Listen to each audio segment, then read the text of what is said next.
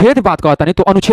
अनुच्छेद 19 में 7 गो अधिकार मिलल बा बाबू संविधान में, जेमे से जवन जी बात तो जी के यानी ई एफ के बाबे जवन तो एफ संविधान जौन बाबे वो कौन सा कहेला तो संपत्ति के अधिकार कहतला, संपत्ति के अधिकार जवना के हटा दियल बाबे 1978 में 44वां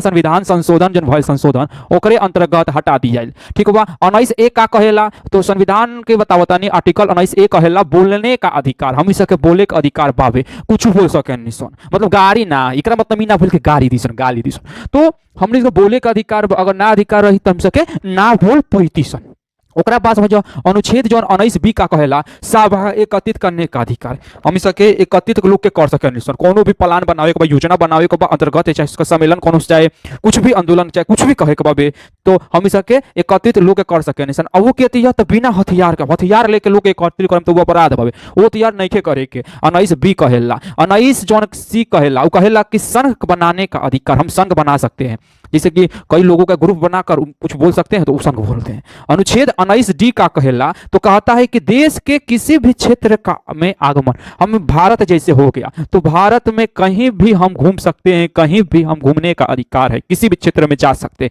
आ सकते हैं, जा सकते हैं, इसमें किसी प्रकार से रोक टोक नहीं होना चाहिए। आपसे निवेदन है कि सबको अच्छे से अच्छा याद कीजिए। आर्टिकल देखो 19E का कहता है तो देश के किसी भी क्षेत्र में निवास कहता है कि हम सके देश में कहीं भी भारत के कहीं भी हम सके निवास कर सके,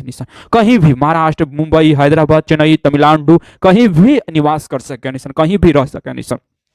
जब हम सके रहेम सन तो याद रखिए लोग, अनुच्छेद का कहेला 19G कहेला व्यापार स्वतंत्र, व्यापार करे के स्वतंत्र बा भाई, जहां हम से रहेम सन तो ओजी खाए खाती, अपन खाए खाती, अपन पालन पोषण करे खाती हम सके का जरूरी चाहिए भाई, पैसा के जरूरी चाहिए। पैसा कब भाई, जब कुछ रोजगार करें तब पैसा आई, तो हम सके संविधान जो ओकरा अंतर्गत आर्टिकल 19G कहेला कि व्यापार कर सके, ओई पर रोक टोक ना रहे के चाहिए। 7